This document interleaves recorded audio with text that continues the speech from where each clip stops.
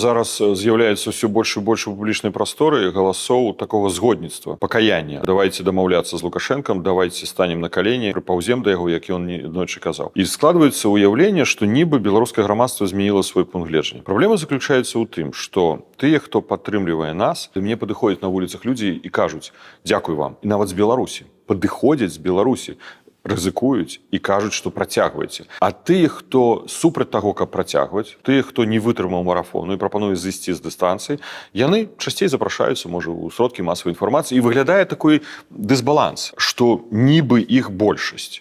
І вось тут, мне падаецца, такі трохі інфармацыйны падман. І тут, можа, настаў час даваць больш публічна, больш часта і больш станоўча гэтыя адказы. Вельмі часта кажуць: "Дзе ваша стратэгія? У вас няма стратэгіі". Давайте так, а чаму у нас, а не у нас усіх? Мы – гэта хто? Мы дэмакратычныя сілы. А хто такой дэмакратычныя сілы? Дэмакратычныя сілы, якія працягваюць барацьбу, ці тая частка дэмакратычных сілаў, калі іх лічыць дэмакратычнымі сіламі, гатовы сесці з Лукашэнкам на каленях, перад ім стаць і папрасіць прабачэння. Ці яны з'яўляюцца дэмакратычнымі сіламі? Мне падаецца, што вы перабольшваеце.